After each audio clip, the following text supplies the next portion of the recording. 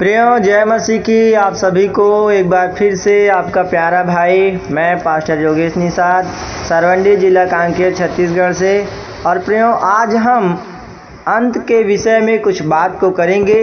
प्रियो आप सब मत्ती 24 अध्याय में पढ़ चुके हैं कि अंत के समय में जगह जगह लड़ाइयाँ होंगी, महामारियाँ होंगी, है ना। एक राज्य दूसरे राज्य पर चढ़ाई करेगा। ये सारी बातों को आपने देख चुका है और ये सारी घटनाएं आज के डेट में हम अपने आँखों से देख रहे हैं कि महामारी हो रहा है, जगह जगह लड़ाइयाँ हो रहा है, भूकंप आ रहे हैं। तो प्रभु यीशु मसीह ने कहा था कि ये बातें पीड़ाओं का आरंभ होगा, मतलब ये शुरुआत होगा और उससे भी भयानक भयानक घटनाएं घटेंगी। लेकिन प्रभु यीशु मसीह ने एक बात को कहा कि मैं चोर के समान आऊँगा, है ना। जैसे चोर कब आता है कोई नहीं जानता है, ऐसे ही प्रभु यीशु मसीह का आगमन होगा। तो प्रियो इस अंत के समय में हमें क्या करना चाहिए और कैसा जीवन जीना चाहिए, इन बातों पर आज हम विचार करेंगे। सबसे पहले मैं परमेश्वर की बातों को आपको स्मरण दिलाना चाहता हूँ। जब आप और हम परमेश्वर के पवित्र वचन प्रकाशित वाक्य 1 अध्याय उसके 3 पद को पढ़ते हैं तो वहाँ पर परमेश्वर का वचन लिखा हुआ है कि धन्य है वह जो इस भविष्यवाणी के वचन को पढ़ता है और वे जो सुनते हैं और इसमें लिखी हुई बातों को मानते हैं, क्योंकि समय निकट है। हाँ मेरे प्रियो, समय निकट आ चुका है।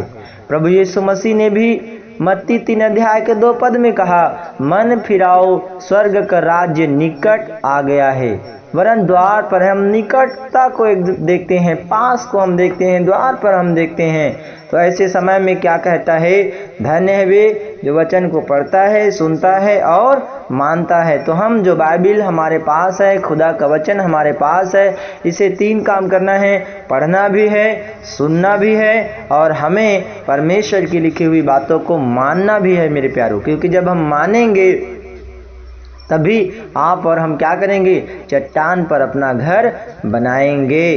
तो प्रियो हमें क्या करना चाहिए, मरकुस 1 अध्याय के 15 पद में लिखा है, और कहा समय पूरा हुआ है और परमेश्वर का राज्य निकट आ गया है, मन फिराओ और सुसमाचार पर विश्वास करो। तो यहाँ पर 2 बातें सामने आता है, मन फिराओ और सुसमाचार पर विश्वास करो। तो पहली बात मन फिराना है। मन फिराने का मतलब है परमेश्वर की ओर मुड़ना, अपने पापों को, बुराइयों को छोड़कर परमेश्वर की ओर मुड़ जाना। और दूसरा है सुसमाचार पर विश्वास करना। तो दूसरी मुख्य जो कारण है वो है सुसमाचार पर विश्वास करना, क्योंकि विश्वास के द्वारा ही आप और हम धर्मी ठहराए जाएंगे। विश्वास के द्वारा ही आप और हम परमेश्वर के संतान कहलाएंगे।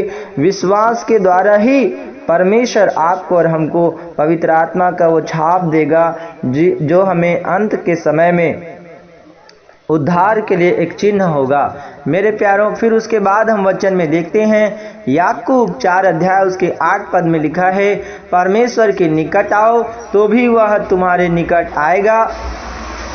हे पापियों अपने हाथ शुद्ध करो और हे दुचित्ते लोगों अपने हृदय को पवित्र करो। तो यहाँ पर 3 बातें सामने आता है।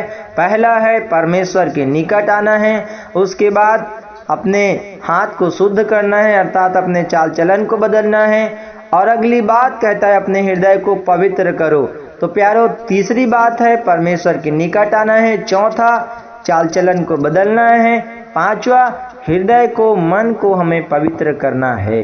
उसके बाद हम वचन में देखते हैं, इब्रानियों 4 अध्याय 16 पद में लिखा है, इसलिए आओ हम अनुग्रह के सिंहासन के निकट साहस बांध कर चले कि हम पर दया हो और वह अनुग्रह पाए जो आवश्यकता के समय हमारी सहायता करे।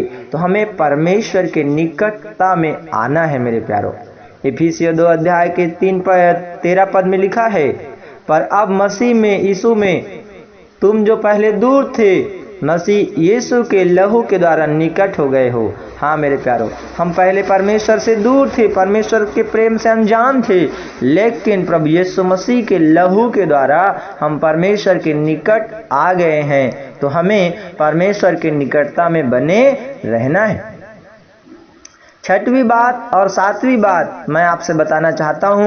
याकूब 5 अध्याय उसके 8 पद में लिखा है, तुम भी धीरज धरो और अपने हृदय को दृढ़ करो, क्योंकि प्रभु का आगमन निकट है। देखो यहाँ पर दो बातें फिर बताता है, तुम धीरज धरो और अपने हृदय को दृढ़ करो।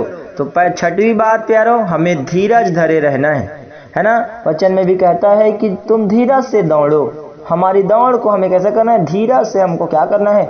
दौड़ना है। प्रभु यीशु मसीह ने भी कहा वचन में कि अंत के समय में झूठे भविष्यवक्ता, झूठे मसीह खड़े होंगे। वो कहेंगे कि यहाँ मसीह आ चुका है, वहाँ मसीह आ चुका है, मैं मसीह, लेकिन तुम विश्वास ना करना। लेकिन जो अंत तक धीरज धरेगा उसी का उद्धार होगा। तो हमें धीरज धरे रहना है प्रभु के आगमन का, क्योंकि वो परमेश्वर जो है वो खुली तौर से मेरे प्यारो वो आकाश के बादलों पर सबको दिखाई देगा। और मैं एक बात बताना चाहता हूँ, यहाँ पर याकूब 1 अध्याय उसके 27 पद में लिखा है, हमारे परमेश्वर और पिता के निकट शुद्ध और निर्मल भक्ति यह है कि अनाथों और विधवाओं के क्लेश में उनकी सुधि लें और अपने आप को संसार से निष्कलंक रखें। तो 8वीं बात, हमें गरीबों अनाथों की सेवा करना है। और 9वीं बात, हमें संसार में निष्कलंक बने रहना है, क्योंकि देखो सेवा करने के द्वारा, गरीबों अनाथों भूखे लाचारों प्यासों की सेवा करने के द्वारा हमें परमेश्वर उसका प्रतिफल देगा। क्योंकि प्रभु यीशु मसीह ने भी कहा कि आओ हे परमेश्वर के लोगों, परमेश्वर के राज्य में प्रवेश करो, क्योंकि जब मैं भूखा था तब तूने मुझे खाना खिलाया, जब मैं प्यासा था तब तूने मुझे पानी पिलाया, जब मैं बंदीगिरी में बंद था तुमने मेरी सुधि ली, है ना। और जब मैं बीमार था तुम मुझे मिलने आए, जब मैं निर्वस्त्र था तूने मुझे वस्त्र पहनाए। मेरे प्यारो देखो, तो आओ परमेश्वर के राज्य में प्रवेश करो कहता है। तो लोग कहेंगे हे प्रभु हमने तुमसे तुम्हारे लिए कब किया? तो वो कहेगा जो तुमने दूसरों के साथ किया वो मेरे साथ किया।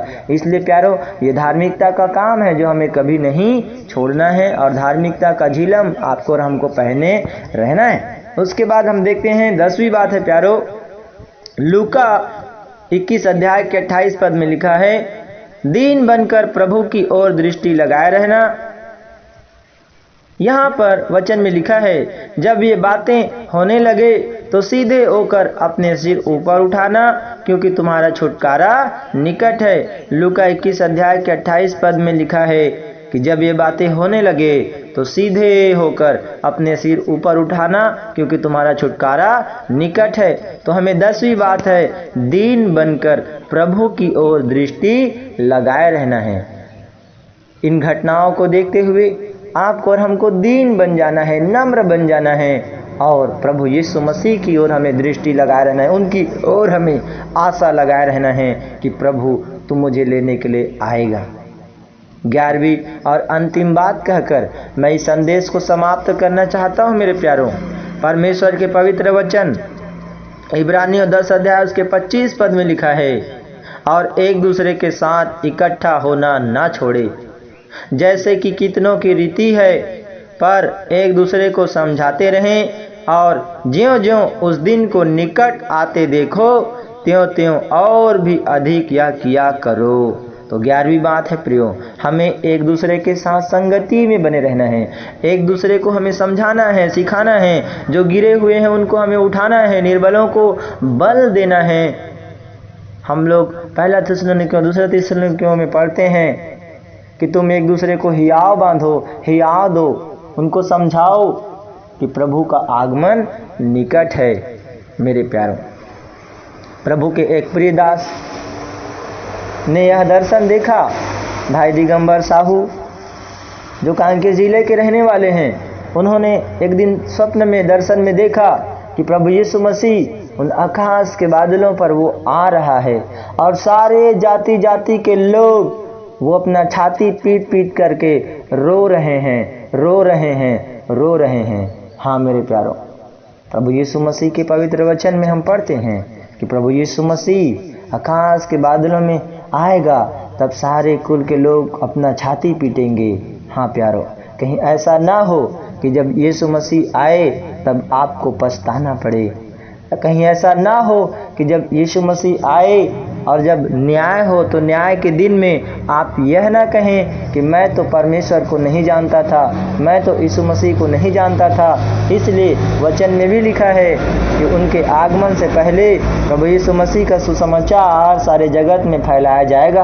प्यारो, ये प्रभु यीशु मसीह का सुसमाचार है, ये उसका सुसमाचार है कि प्रभु यीशु मसीह हमारे पापों के मुक्ति के लिए वो मारा गया, गाड़ा गया और मृतकों में से तीसरे दिन वो जी उठा है और यीशु मसीह हमें लेने के लिए वो बादलों पर आएगा।